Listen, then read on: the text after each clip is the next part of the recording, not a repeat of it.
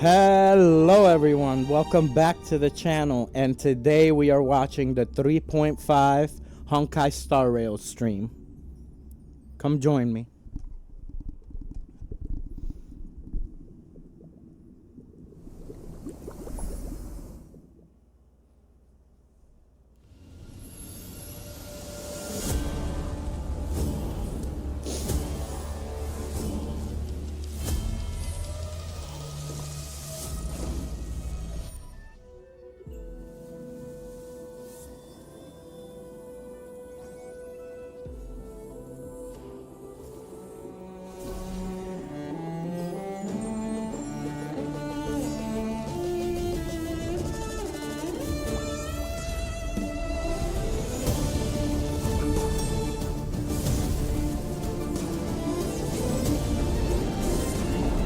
Gun hard!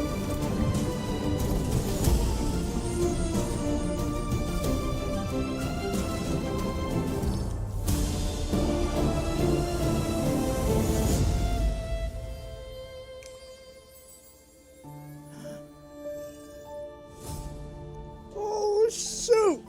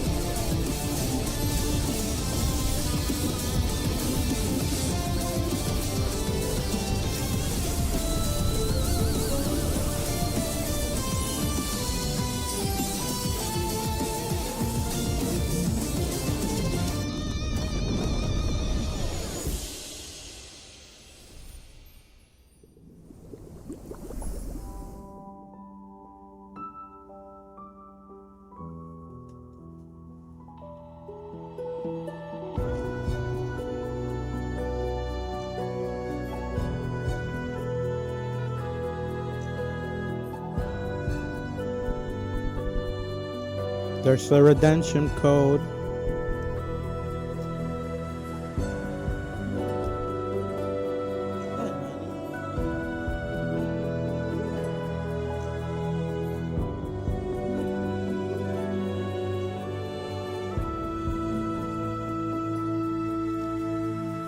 I will not be pulling on this patch. I am saving for March, Dark March, and Dong Hung. Even though we may be getting him for free, I'm still probably gonna pull for one of his constellations or his light cone.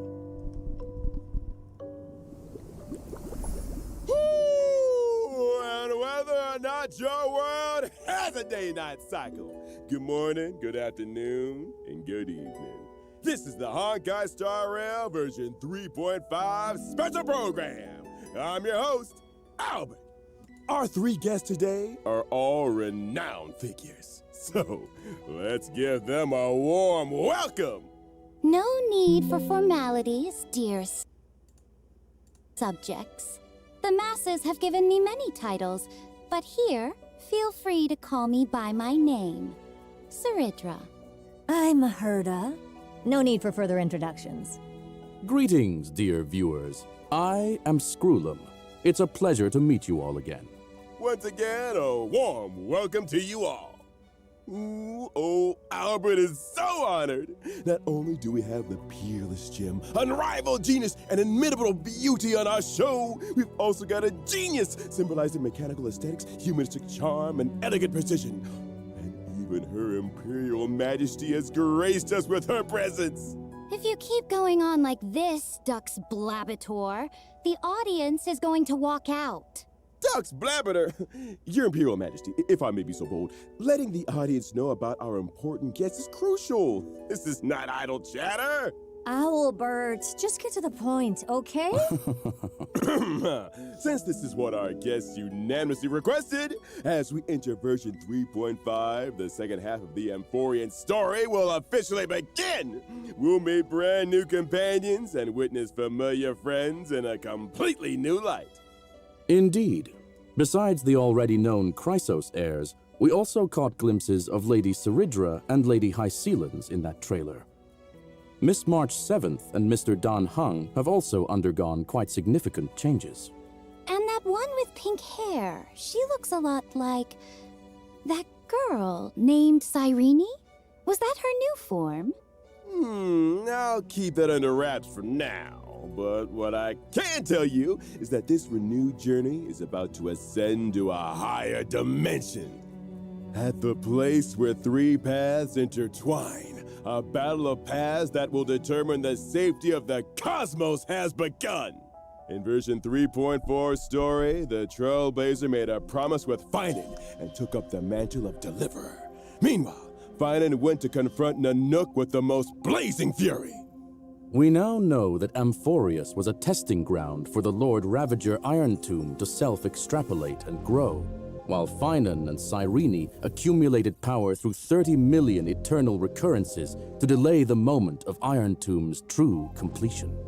Even though human strength remains insignificant before the eons, human will shall never be mere pawns for the gods to manipulate at their whim. The fury of 400 million core flames brought forth a destruction as brilliant as a solar flare. Finan's efforts have once again interrupted the progress of Iron Tomb, and at the beginning of version 3.5, we'll discover that even the spread of the Black Tide has been halted. Oh, so that too was the work of the Deliverer. Finan. I'll remember that name. But back to the matter at hand. The weight of the world rests on that little one's shoulders, and saving Amphorius remains an unavoidable conundrum.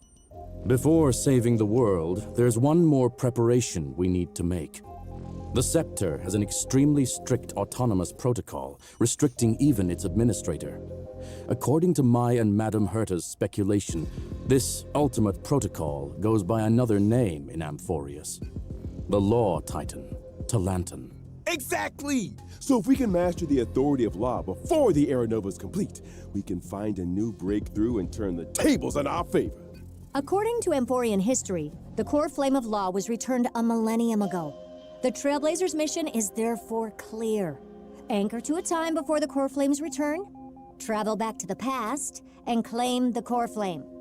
In version 3.5's Trailblaze mission, the Trailblazer will journey alongside Cyrene to Akama from 1,000 years ago in a new cycle of the eternal recurrence. That was also the era when Aglaya's predecessors still held power. The bear of the Law Core Flame and Empress of Akama, the Imperator CERYDRA. Then, you are all targeting me? What makes you so sure I will cooperate with the Trailblazer without any reservations? I wouldn't say they're targeting you. Someone as brilliant and mighty as yourself surely understands that the Trailblazer is working towards a brighter future for Amphorius. In version 3.5, the Trailblazer will not only meet the Knight Commander Hycelens and Imperator CERYDRA while revisiting the past, but they'll also encounter Tribi and Aglaya from a millennium ago. We hope you're looking forward to this first meeting and reunion. I believe the Trailblazer will win everyone's trust with their sincerity, as always. Moreover, in version 3.5, we'll get to see another side of Sixia as the city of infinite revelry. Legend has it that in the coastal city-state, encircled by rainbows and ocean currents, the festivities never cease. People indulge in endlessly refilled honey brews while music flows without pause through every hour of the day. But those residents in the city don't look too friendly, do they? Better watch out. Don't be so quick to celebrate, and don't think you can just brush this off. This involves the core flame of law. Do you really think it'll be that easy? Indeed. Since it concerns the ultimate protocol, that old Intellitron will definitely pay extra attention. He's very likely to step in and personally intervene. That is no longer just a possibility. The Theoros Ligus has recently arrived at the Holy City and already sought an audience with me. As for what he said, it was interesting, to say the least. Going from an observer to an interventionist is quite the unusual shift. While it shows his plans have been seriously impacted and need urgent revision, it also means the Trailblazer will face even tougher challenges ahead. Something's off. If he's just a regular administrator, this level of dedication is way over the top.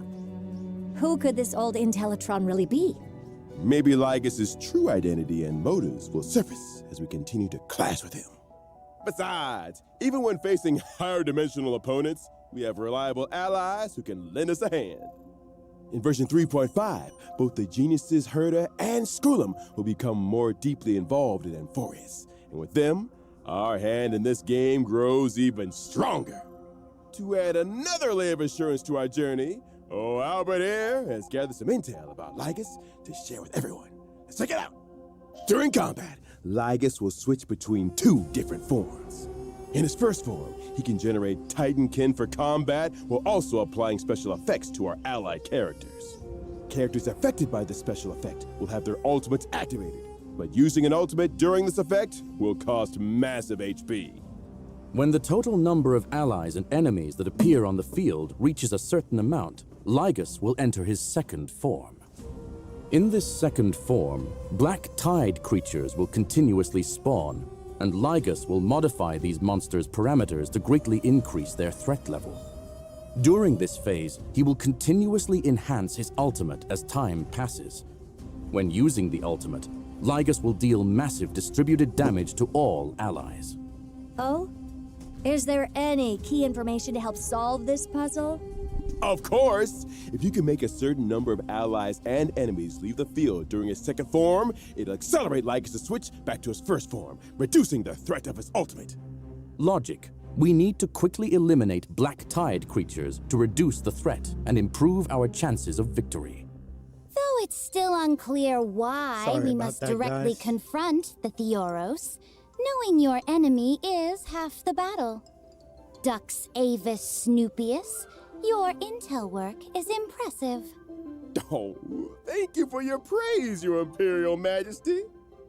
All right, let's take a short break for now, and when we come back, I've got more intel about our two Chrysos heirs seniors. And here is the second redemption code, guys. Don't forget to redeem them before the 3rd tomorrow.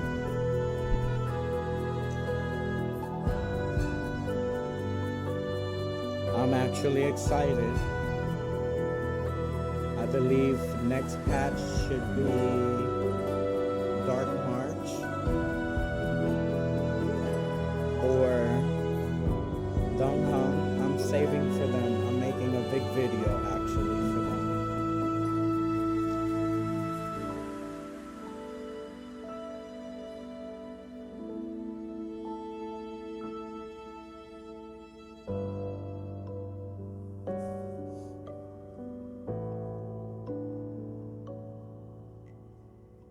Hycelin is really cute though. She's like really adorable. Oh, there she is, talking about her.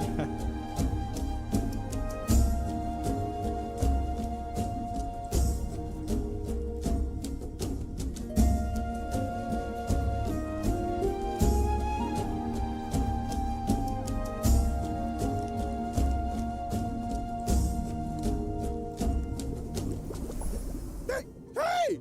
Why is the studio leaking? Dux Plumpus, if this is your idea of entertainment, it's pretty underwhelming. Dramatic, I got this. Hey! Thank you, Mr. Albert, for your quick thinking. Finally back to normal. Hey, director! This studio needs fixing. What kind of waterproofing is this? Sorry for the embarrassing display, folks. We're on a tight budget here, so please bear with us. All right, go find Dux Goldweaver and have her allocate some repair funds. Thank you for your gracious gift, Your Imperial Majesty. Come to think of it, this Hycelins looks quite different from regular humans. She's got scales, and her belly seems to be transparent? That's right. Hycelins is the most powerful and beautiful sea siren princess born to Fagusa, the ocean titan. She grew up in the embrace of the ocean. I see, but why did this beautiful sea siren come ashore? And how did she end up becoming the Knight Commander of the Holy City? Although the black tide hasn't spread in this cycle, it still surges in the darkest bowels of the world. In other words, the ocean. Fagusa promised the sea sirens that after repelling the black tide, they would throw them an endless feast on land. But in the end, Fagusa fell into silence, and the sea sirens were decimated in the war, leaving Hycealins as the sole survivor. When I first met her, Hycealins was in a complete daze. Her power could scatter armies, yet she no longer knew whom her blade served. A tragic past. Sounds like prime protagonist material for a novel. Then what happened? Since that is the case, I will point the way.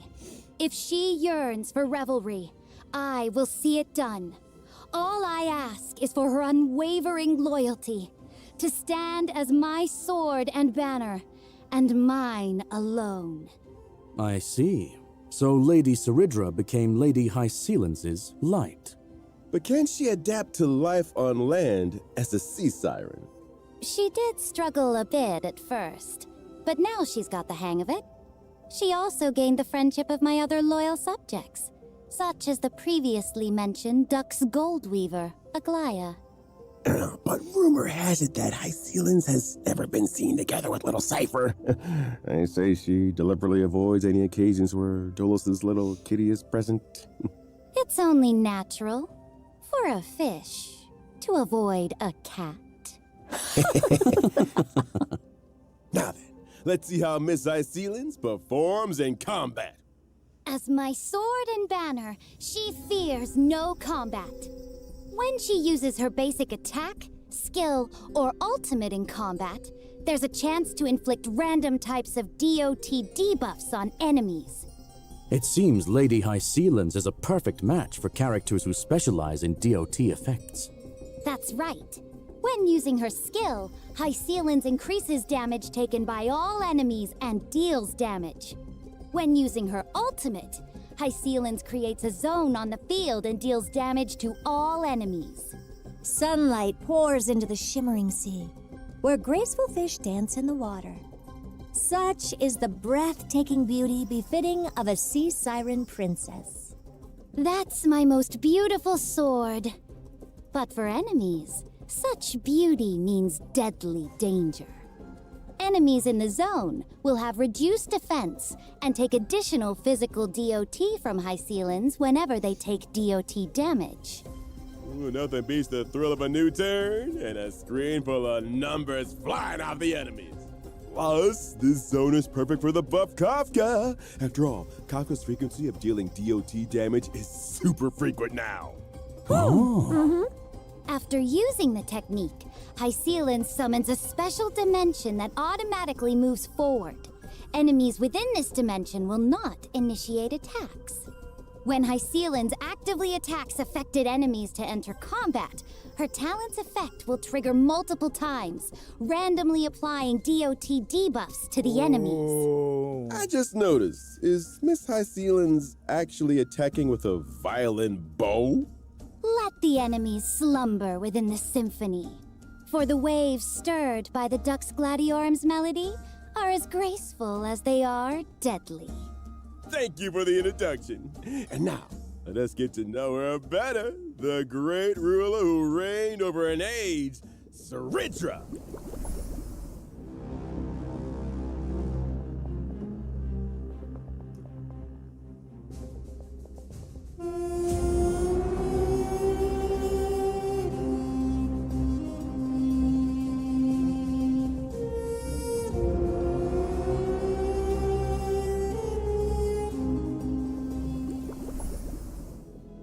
CERYDRA, the great imperator, supreme commander of the holy city, initiator of the first flame chase journey, bearer of Lost Core Flame, and the key figure in the plan to seize Amphoris's administrative privileges. Though I am absolutely a monarch, I need no songs of praise. Sweet words are but the daggers of cowards. If you're so eager to play the jester, Why not just shut your beak and be the Imperator's pawn instead?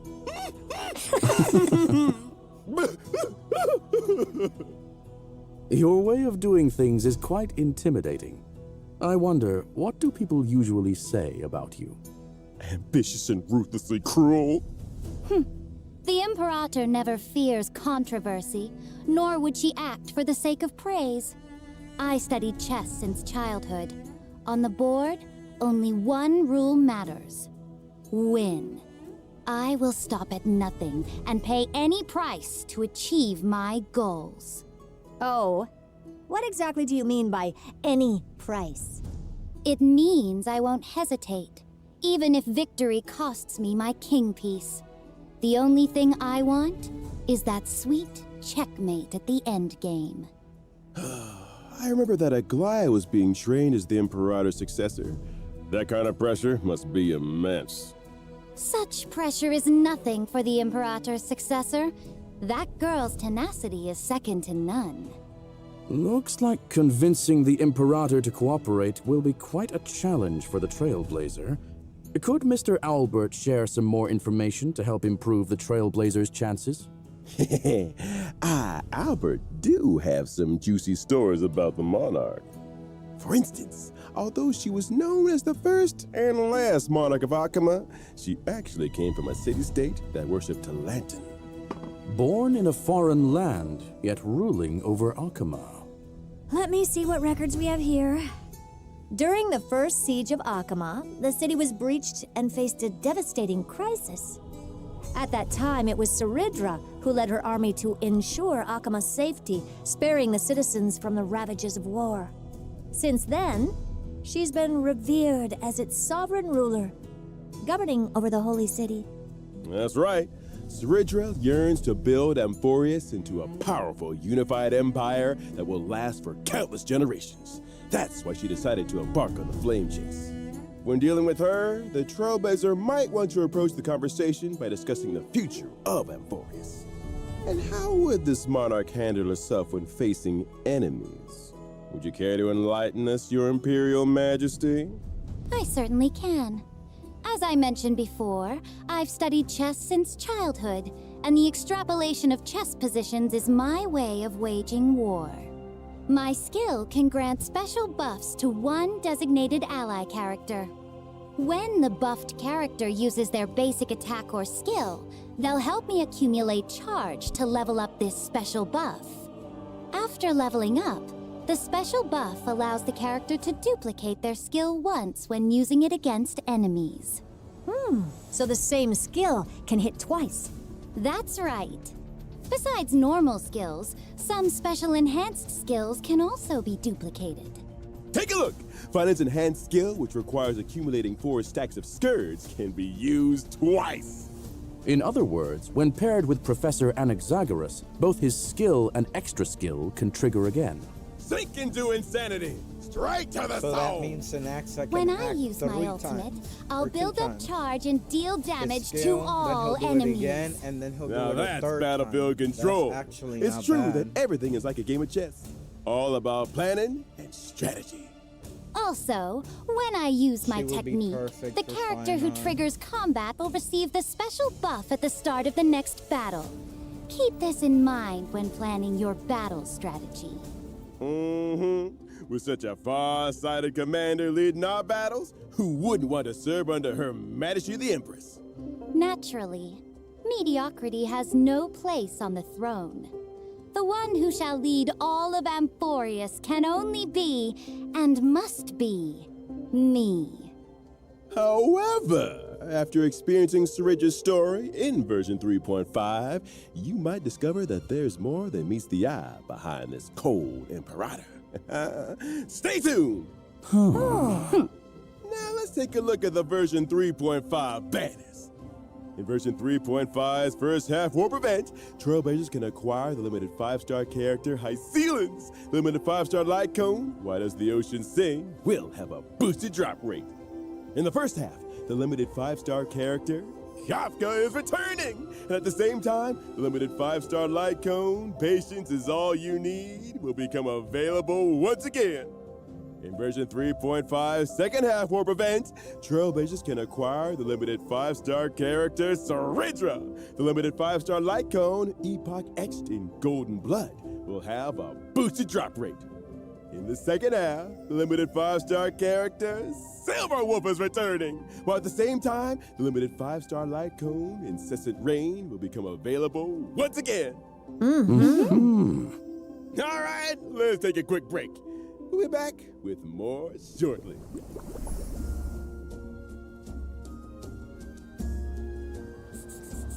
Light calendar 3950.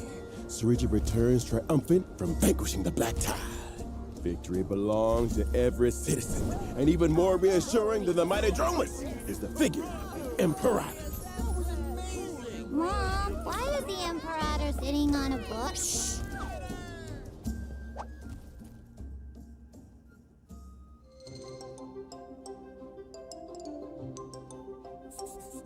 Light calendar 3959. The Imperator shall crown her great new endeavor in her name. A library or a city-state? The answer will soon be revealed. This will be the greatest salad ever. Let's add some fish, too. As you command.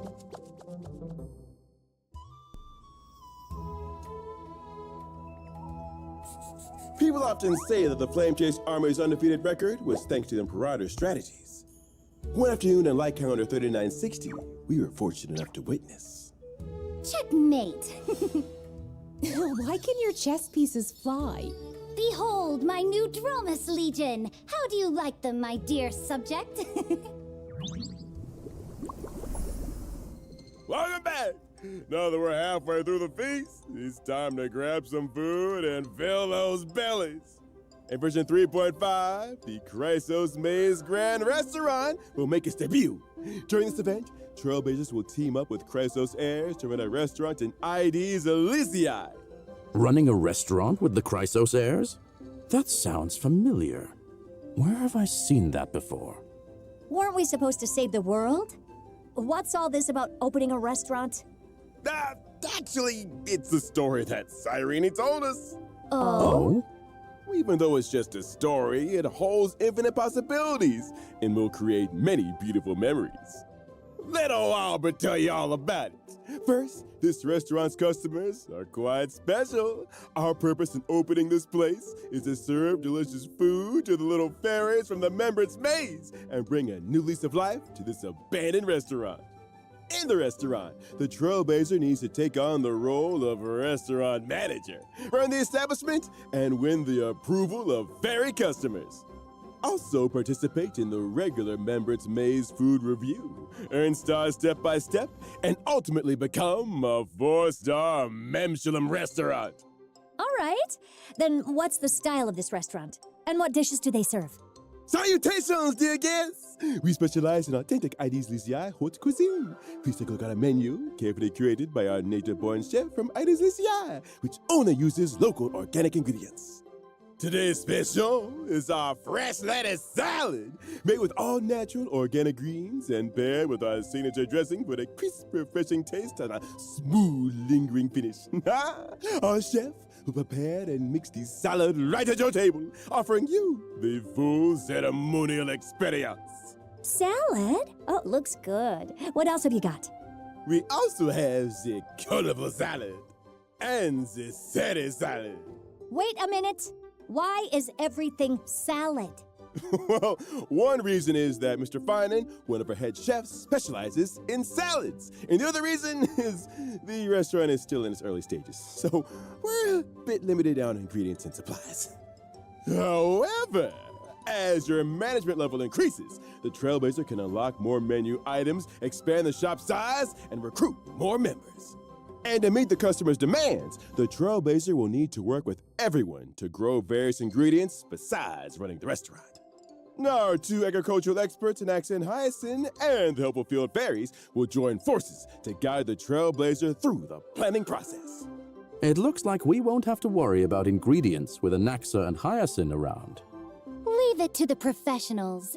One dare say it finally bears the semblance of a contender for 4 Memshalem stars. Of course, having ingredients alone isn't enough. As a restaurant manager, the trailblazer needs to consider many other aspects. For example, the ingredients you grow should match the restaurant's current recommended dishes to maximize operating profits. Leveling up dishes can enhance quality and increase the average spend per customer. Proper staffing in both the kitchen and dining area is essential to reduce customer wait times and increase table turnover rates. Purchasing specific facilities can also boost the restaurant's reputation and attract more customers. Plus, different ferry customers have different personalities and unique dining preferences. Some ferry customers prefer set meals, while others are competitive eaters doing food reviews who tend to eat a lot more. And some ferry customers try to sneak away without paying. Oh? Trying to dine and dash. Someone's about to face the judgment of the law.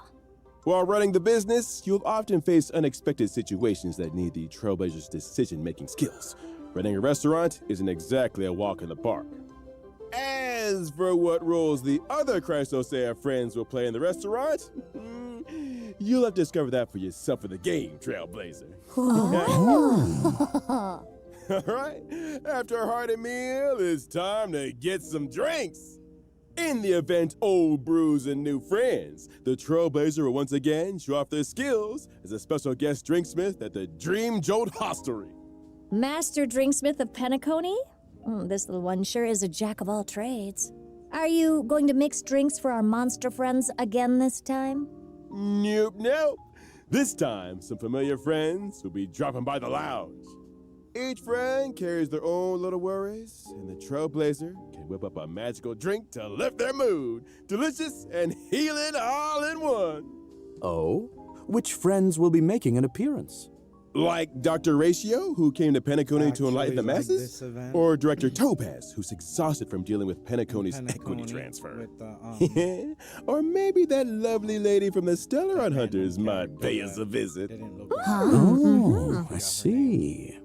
What if the Trailblazer messes up and can't mix the right drink?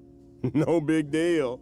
And hey, if you stumble upon a secret recipe, you might just see a whole new side of your friends. Judging by the Trailblazer's nature, they'll probably have an accidental slip-up.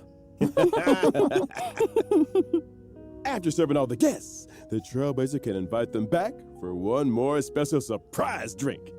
May this special mixed recipe create unique and unforgettable memories tonight for the Trailblazer and their unexpected guests.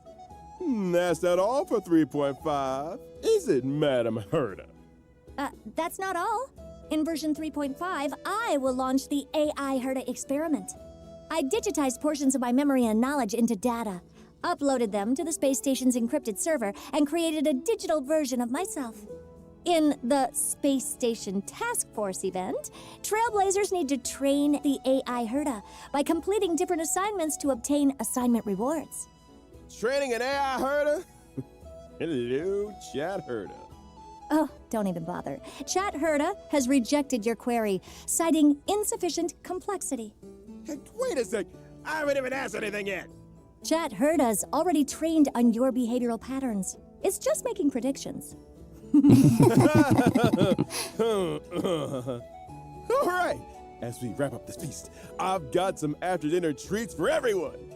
First up, our old friend, the Gift of Odyssey. Nice.